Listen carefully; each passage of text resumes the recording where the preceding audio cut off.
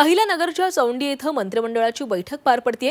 राज्यात पहिल्यांदाच मंत्रिमंडळाची बैठक ग्रामीण भागामध्ये होत आहे आणि या बैठकीची जय्यत तयारी प्रशासनाकडून करण्यात आली आहे। तर मंत्रिमंडळ बैठकीच्या तयारीचा आढावा घेतलाय आमचे प्रतिनिधी लैलेश बारगजे यांनी।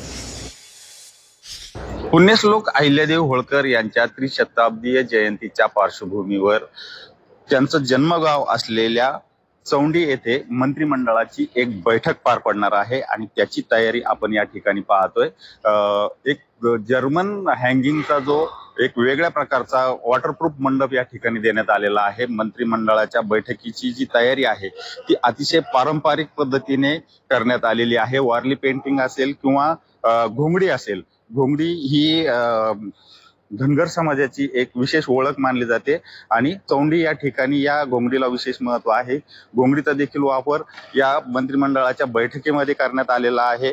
या ठिकाणी होणाऱ्या मंत्रिमंडळाच्या बैठकीमध्ये प्रामुख्याने चौंडी आणि पुण्यश्लोक अहिल्यादेवी होळकर यांच्या ज्या स्मारक आहे त्या स्मारकाची जी वेगवेगळी विकास कामं आहेत त्याच्या संदर्भात आहे, त्याबरोबरच जिल्ह्यातली विकास कामं आणि राज्यातली जी विकास कामं आहे या संदर्भातले निर्णय या मंत्रिमंडळाच्या बैठकीमध्ये होणार आहेत। एकूणच मंत्रिमंडळाच्या बैठकीची संपूर्ण तयारी या ठिकाणी अतिशय उत्कृष्टपणे केलेली पाहायला मिळते। लैलेश बारगजे, G24 तास, अहिल्यानगर।